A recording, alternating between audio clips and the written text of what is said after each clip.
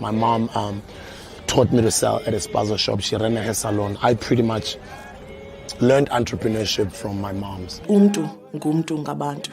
That on your own, you can't really do it. You need the support of those around you. You will have a network of people, a network of communities, and a society that will make sure that you count.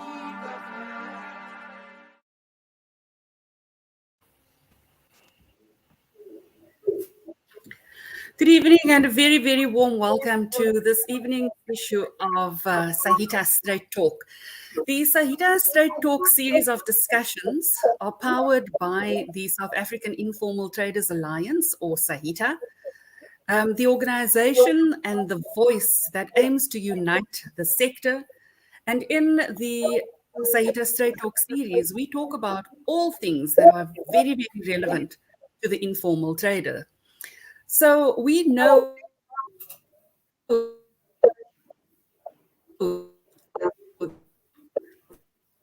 that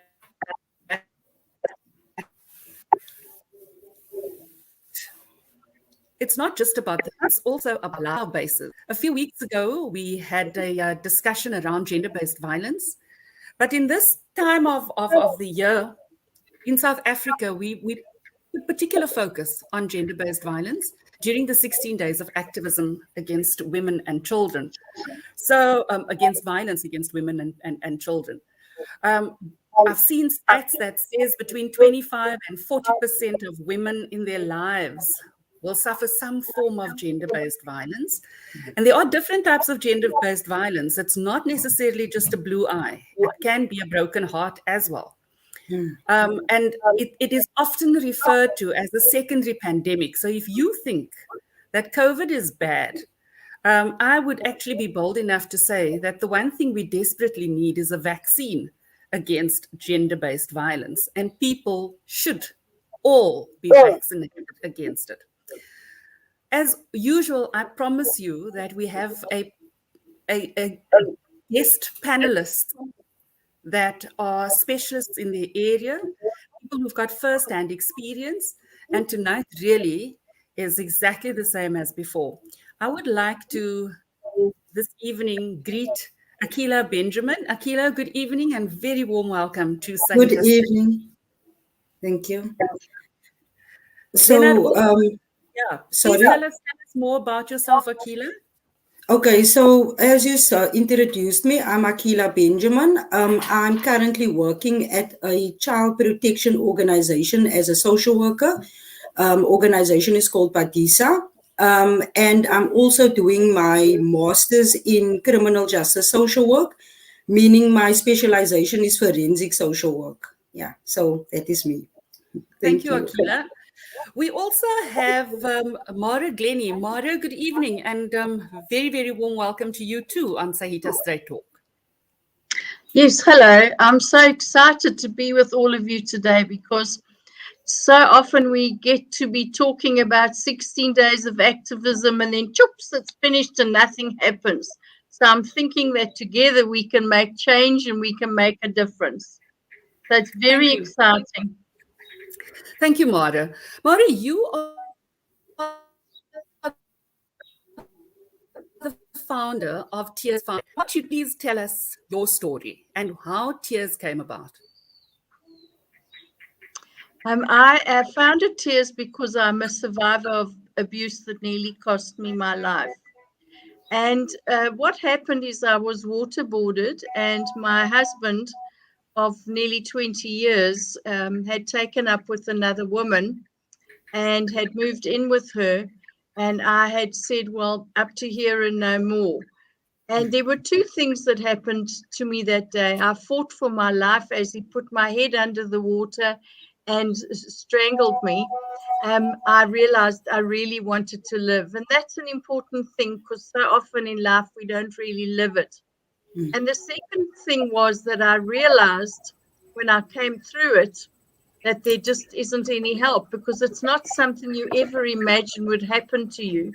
And so when I came through it, I relived my experience, not of the abuse, but what I did was I had gone to the police station to report my abuse, and they'd said, "We're busy, come back. We can't help you. Please, could you come back on Monday?" And it was a Friday. And the problem was when I afterwards, because it was 20 years ago, I've been running Tears Foundation for 10 years. We help thousands of people every month for free all around South Africa. But I didn't realize until then how widespread it was. And one must also remember that with the Me Too movement, we all started speaking about abuse more openly in our country and in the world. So when I got abused, you hid it away and you normally blamed the woman because she had a motor mouth or she was inappropriately dressed or Yes. whatever. And so whilst that hasn't changed, we still blame the victim to a large extent. We are understanding that it's the perpetrator's fault. So I started a service. I've put it up on the list here. That works in your area and works all around South Africa. So it's *134 *7355 hash. And if you dial that number from any phone anywhere in South Africa and follow the prompts, you'll get the 3 nearest places that you can go for help. But on my journey, I discovered that there isn't help for women, that we're alone and people don't know what to do. So I've been to court with many people and myself, and I found you don't get help. People are dismissive and rude, and to a point that they make you feel like giving up. Never, never, never give up. So Tears Foundation offers things. We work with Mosaic in Cape Town, but we offer things like court support, helping you get a protection order, and we give other advice. I'll stop doing what my service offering now, and a little bit later we can come back to that. But I have put up on this little. We'll share all your details, Maria. We will share all the details. So Sibongile, let me just say one thing. I read every email that comes into Tears, and I have done that for 10 years. And if you mail me, I will listen to you. Thank you, Maria. Sibongile, good evening. Can you hear me? I don't think Sibongile can hear me. Can you hear me? And I really, really want to speak to Sibongile. And if you are a viewer, you would have seen in September there was a scene, a horrific scene that was shown in the newspapers and on social media, where a gender-based violence activist, Jacqueline Mponsana, was attacked. She later died of her injuries in hospital because she was doused with petrol and then she was burnt alive by her boyfriend.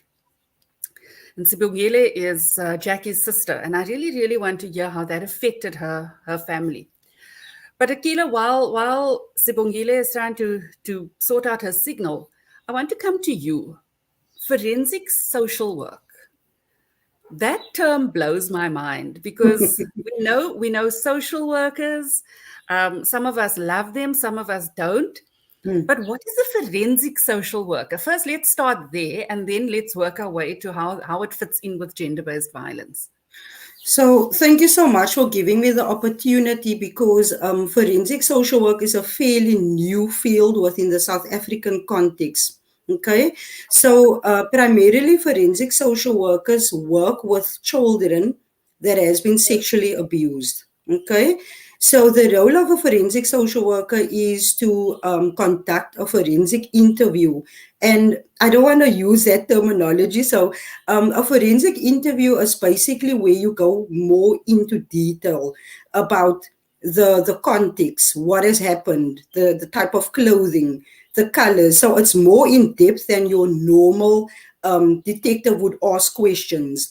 A forensic social worker also do an assessment, speaks to the family, the school, the pastor, everybody that's part of that child's environment. A forensic social worker is also an expert witness, because some children are extremely young and then they can't testify in court. And that is where the forensic social worker goes as an expert witness to obviously give the child's narrative. So basically using the child's narrative as evidence on court. And how I think I'm jumping the gun, but I think how it ties in with gender-based violence is that, as I mentioned before, I am a master's student, and part of our program is talking about the Sustainable Development Goals, the SDGs, how to prevent violence against women and children, and in overall. So, in forensic social work, that is also a huge focus, because what are we going to do as practitioners to develop programs to bring about awareness? So social work necessarily is not just about listening to people's problems and doing child protection.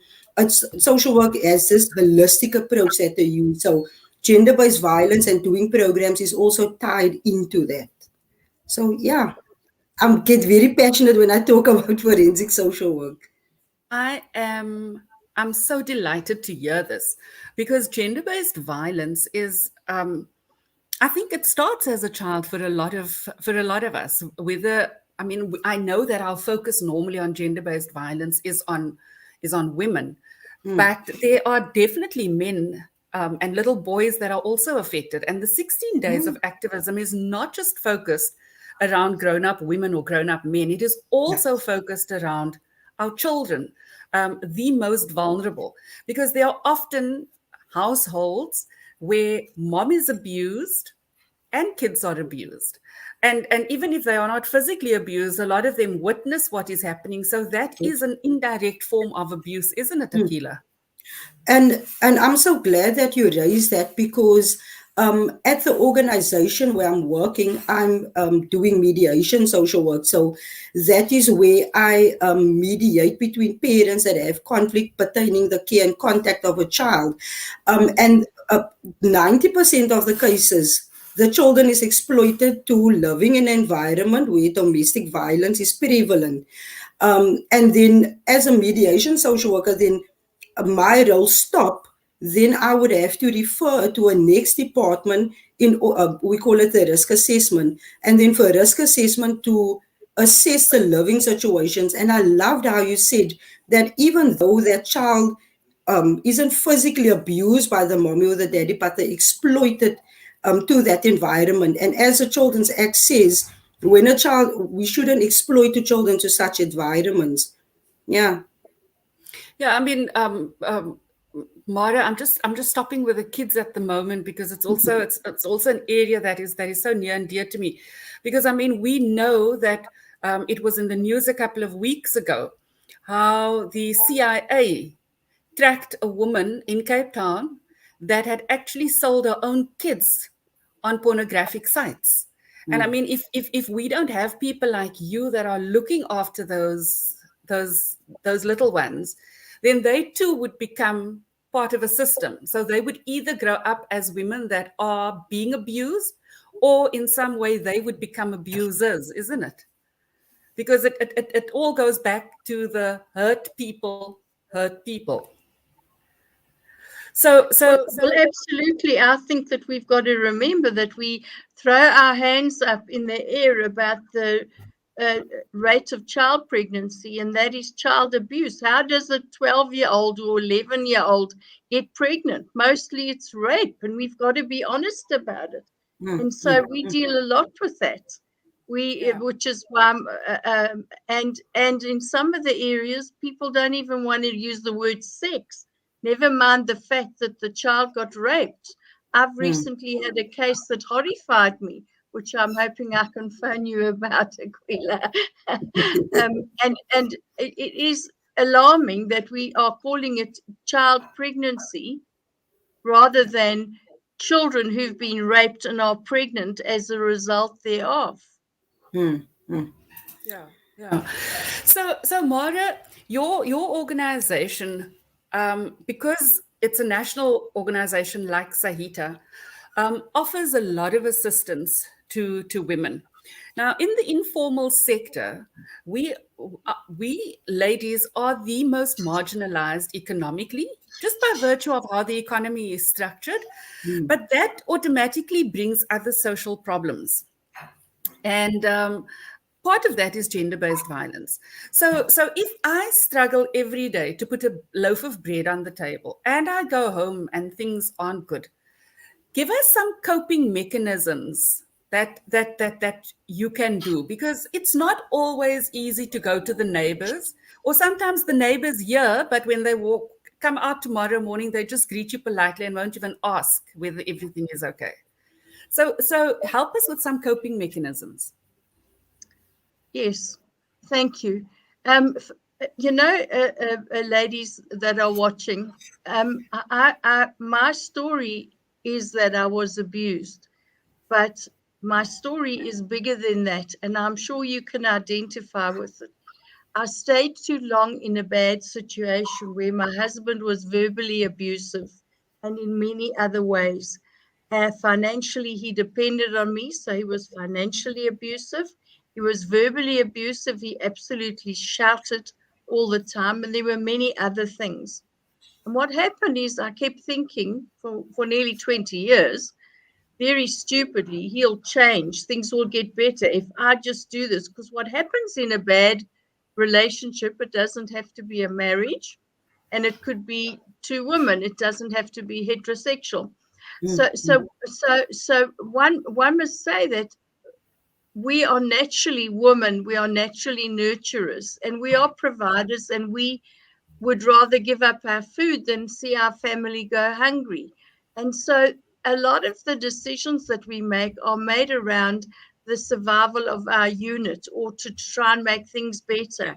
And quite often we get it confused, and we start to say, well, the priest wouldn't like it this, or the imam wouldn't like this, because we seek other um, uh, justification. So the bottom line is, if it does not feel right, it is not right. And that's the first thing we as women have to acknowledge. I failed to do it. You can see my story on the YouTube, Against All Odds. It's under my name, and you can see my story. And you're seeing the second part of my story now, because I'm a survivor. I love my life. I get up every day and feel I'm blessed. So if you are in an abusive relationship, we can help you to leave, but we can also give you some amazing tips. So the first thing that I found is I didn't want to admit that my marriage or my relationship had failed. And so it's hard. We don't want to, because we're women and we want to fix everything. So once you've admitted your relationship, he's hitting you, or he's shouting at you, or he's taking all your money, or whatever you're abusive, and sadly there are lots of other abuse. There's verbal abuse, there are lots of other things. Once you admit it to yourself, you need to make the decision about, is this a life-threatening situation? And honestly, if he's hitting you, it is a life-threatening situation.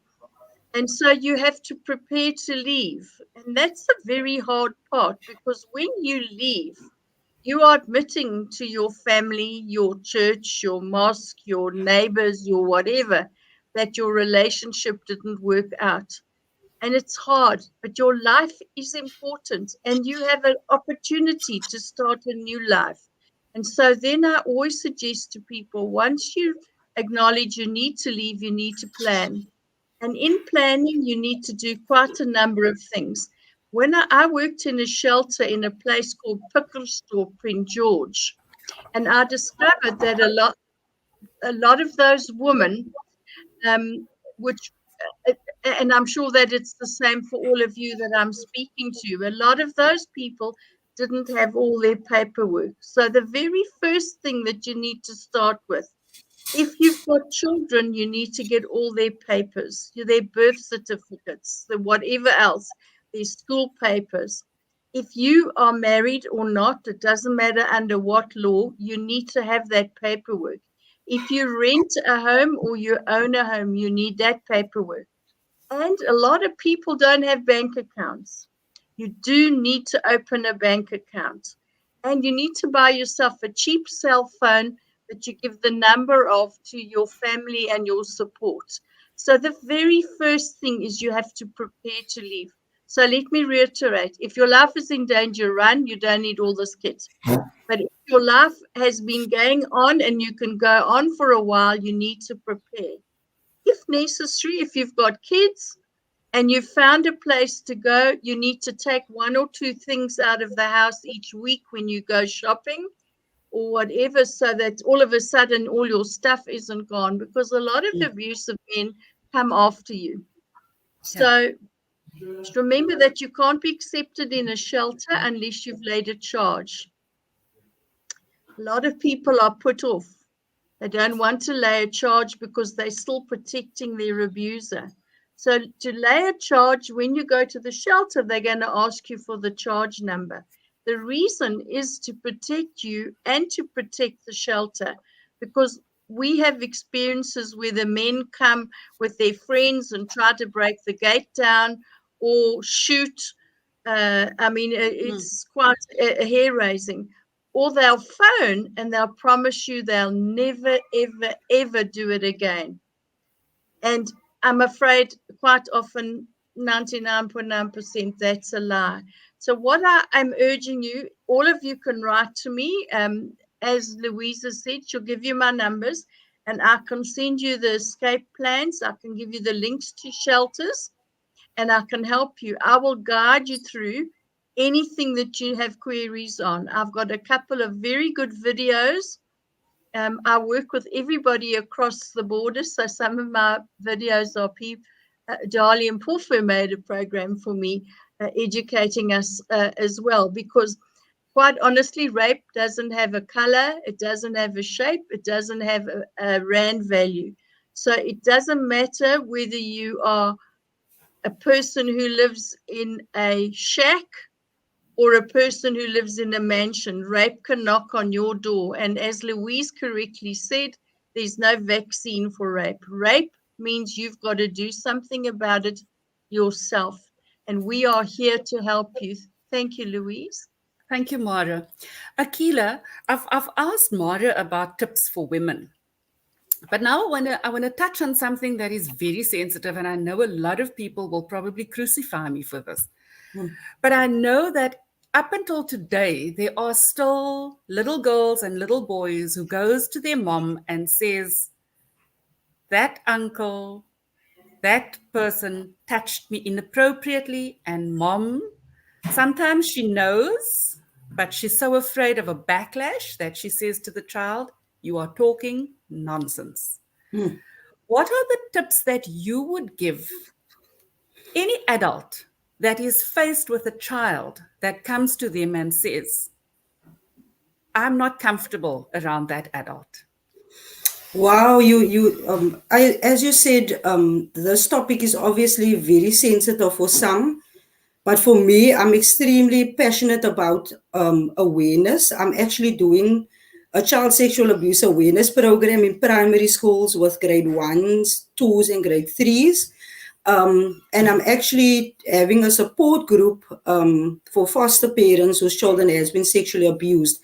But to answer your question, when a child discloses, it's imperative for the adult to remain calm. Remain calm, and we have this term in social work, you need to keep a poker face. Do not show the child that you are shocked or you are horrified, because the moment when you do that, the child will not disclose any further.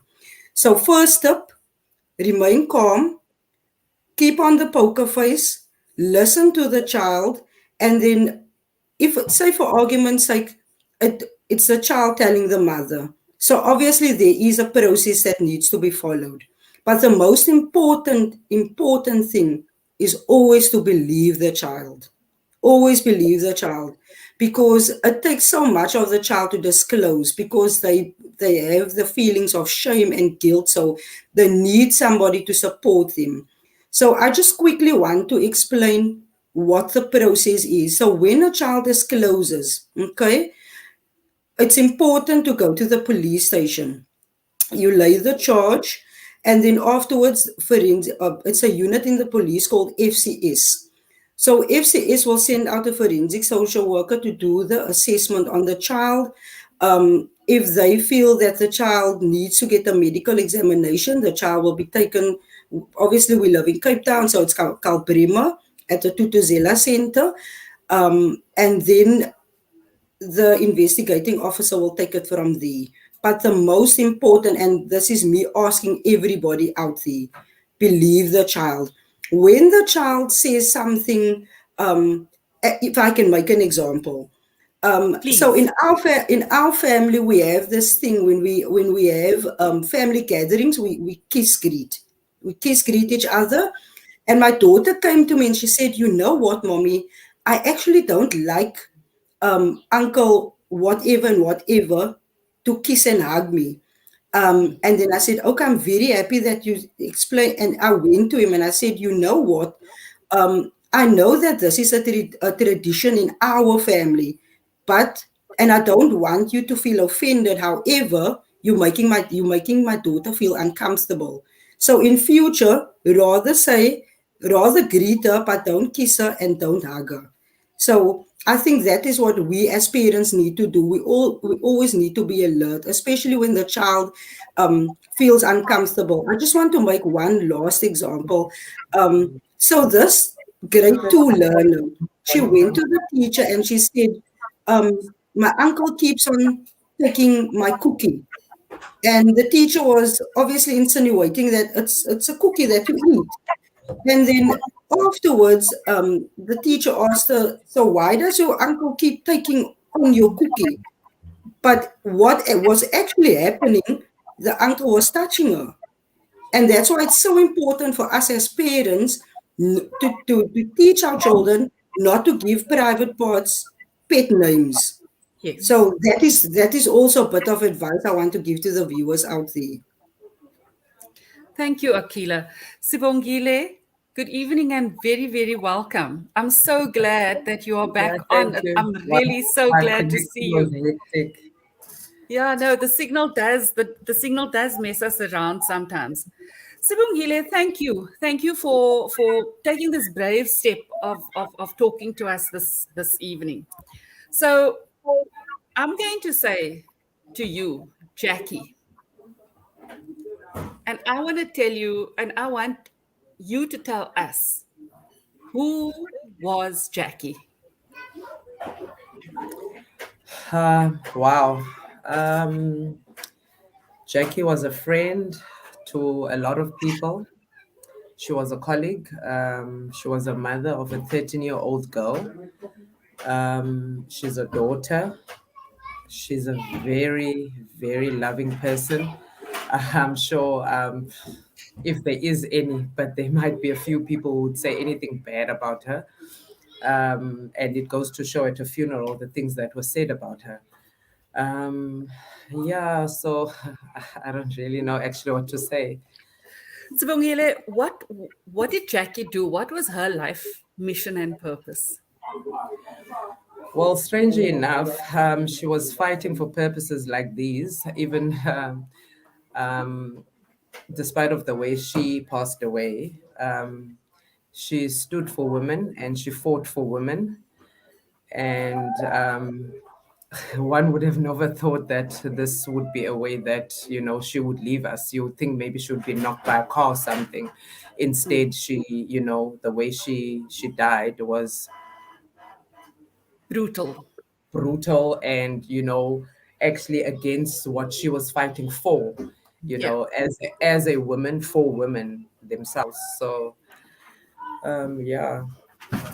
Sibongile, I want to ask you though, you as a family and as her friends, you must have known her partner. Was there any warning lights? Was there anything that Jackie has ever shared that you would say, I should have listened, I should have asked? Is there anything like that? I'm asking that because we're sitting here in a safe space, and I want to give all of us, men and women, I wanna teach us to become a little bit more sensitive to what people say in our conversations that we might miss. Yeah. In most cases, you would have, situations like that where someone would have mentioned something or said something that would have triggered. But I wouldn't lie. Most of friends and family members were, it's someone that when you look at the person, you just don't like the person that you're seeing. Especially for her, they were not compatible at all. It wouldn't be someone you would have think that she would have dated if they stood together next to each other. And I would ask you, do you know who her partner is? You wouldn't point to his direction at all. That's how it was. So it was someone that we wouldn't like put her together with her. And I think because of that, we probably as friends and family pushed her away so she wouldn't mention anything about him, because she would have probably thought it would be a matter of we told you so, because it was, it was someone you wouldn't like recommend or even, give your blessings for. You understand? So I guess in that sense we sort of pushed her away, because then if there were in occasions that there were things happening beforehand, she wouldn't come to us and tell us, because she knows that you're going to say, I told you so, or like, why are you telling me? Maybe, but at times like this, you say now you wish she would have said, or maybe you wish you should have showed interest. But in our case, well, in my case especially, I didn't show interest because I wanted her to know that it was something that I was against, and hoping at the back of your mind that it wouldn't last, especially if it would lead to something like this, So yeah. And after Jacqueline's passing, how has the system treated you? Because I wanna get back to that. Mara in the introduction said that when she went many years ago, when she went to the police station, they said to her, come back when the weekend is over. As a family with you, what was your experience? Because there's a couple of things that aids gender-based violence, and sometimes our system is one of them. Yeah. No, I heard a bit clips here and there of her saying that, and I could sense that there wasn't help towards her at all. And that's what I'm feeling right now. I'm very upset and frustrated at the system because of, I mean, it's more than like 2 months now that she's gone and nothing has happened. And I'm the one that's been following up with the detectives, who are handling the case. Whereas I would think maybe it's supposed to be the other way around, like giving us a heads up, even if you have nothing, but show us that you're doing something at least. But no. So, and each time I phone, the first time, like it wasn't even, we hadn't even buried her. When I went to the offices, I had some documents I needed signing. So, and I asked the detective, so do you have anything to tell me? And he told me to help him find him. I mean, I'm not a police officer. I want him caught, but why is he asking me to now be a police officer all of a sudden with no qualification of being a police officer, that we must help them look for him? And then the last call I made to him was a week ago, where I phoned, like, I just out of the blue, I just like thought, I mean, it's been quiet. What's happening? So I phoned him, and then he tells me he hears that there's this person who's hiding him somewhere, where they know where the place is. But he's dodging them. And I'm like, if you know that he's being hidden at this certain residence, why don't you just sit around there and watch, or, just so you can catch him or something? And they're like, no, no, we're trying, but he slips through our hands. But I just feel like nothing has been done. I don't know, because it's close to me, but there's been more cases before this that I've felt that like the police just do nothing, you know. So, and I would have thought, it would have been handled even differently because of what she stood for to begin with, but they just seem to be laid back and like they don't care. So, as Mara said, like, I don't find any help at all. They're not doing anything according to me. And if they're saying that they have something else to say about that, well, they should show me what they've done so far, and even calls. I'm the one who's following up. And we've been asking for help, even, from her work. They've been helping a lot, finding out, but like nothing is done. And the minute they get a call to find out what's happening, then they'll phone you to say, oh yeah, no, we just want to let you know nothing, we have nothing so far. We hear that he goes here and there, but they don't catch him. They're just telling us hearsays, but nothing has been done.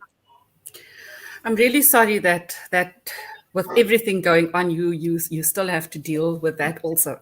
I saw Luyolo was on for a few minutes there, and I really wanted to speak to him because, ladies, I wanted you to meet Loyolo, and I wanted our viewers to also meet Loyolo, because Loyolo is actually the co-founder of such a refreshing organization. And it's a men's organization that calls themselves #Langa for Men. And he's a man that started an organization that stands against gender-based violence. So if he's not able to make it on tonight, before the 16 days of activism is over, I'm really going to invite all of you back, because I think that is such a worthy discussion. Mara, if you could give anybody a virtual hug with words tonight, anybody that is sitting not knowing where next, what would you say? Well, I'd just like to reiterate what I said at the beginning. If it's a life-threatening situation, don't stay, because I actually physically fought for my life. I felt I was taking my last breath. And so abuse doesn't stop. So on the positive side, there is life after abuse.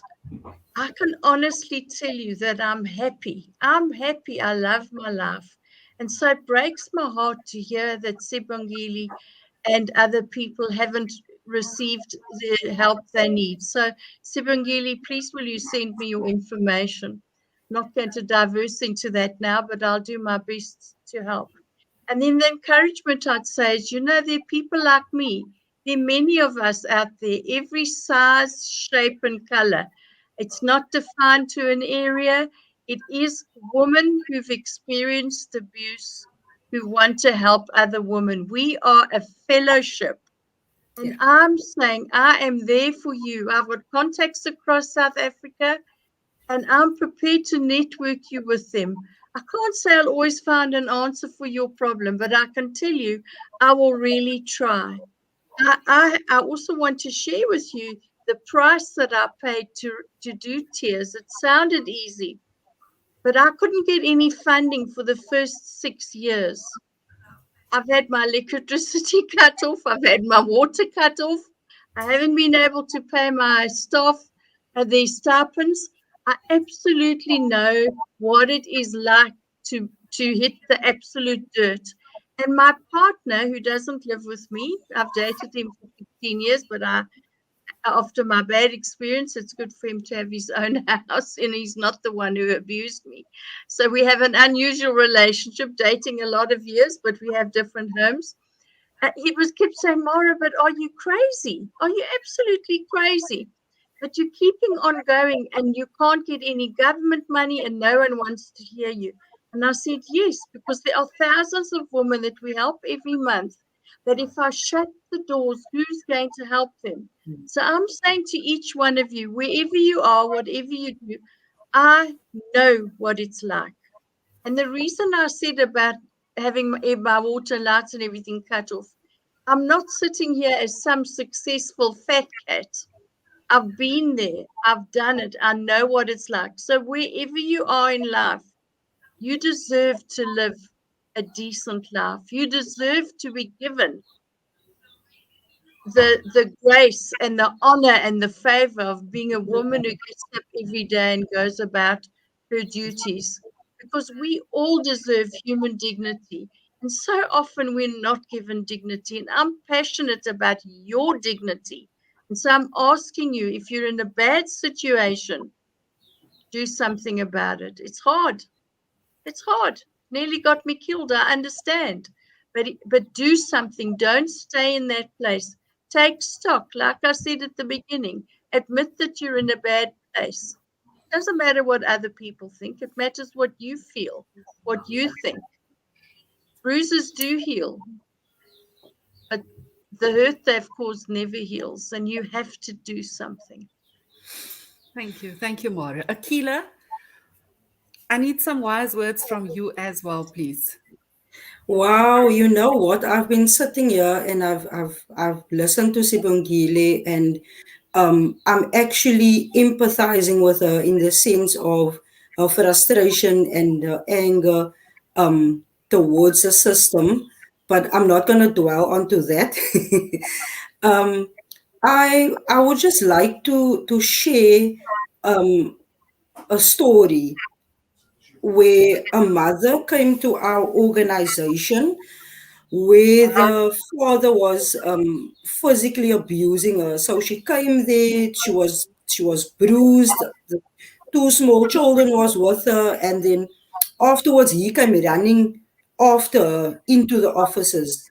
And what I saw that day, it's that power imbalance, that manipulation, where that wife felt, if she left, she doesn't have a work, she's financially stable, her family doesn't stay in Cape Town. So initially her thought was, if she left this man, where is she going to? She has nothing. She literally just has the clothes on her back. And I want to go back to what Maura said.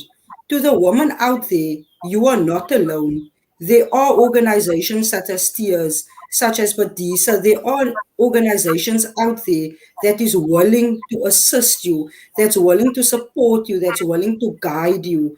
But if you're going to suffer in silence, how are you going to get that support and that help that you need? And I know it's very difficult for women to speak out because of financial constraints, about they're worried about the children, what about the children's school. But at the end of the day, Mara, Sibongile, me as a social worker, even this organization, we are there to help women out there. We're there to assist.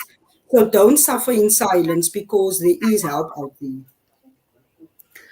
Sibongile, and you, what would you say to a family that is looking at a partner and saying that person is no good?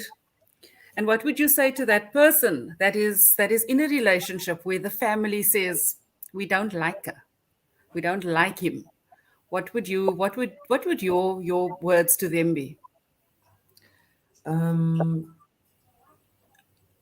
Surely, we don't all think the same. But if there's a lot of people saying the same thing, something must be up.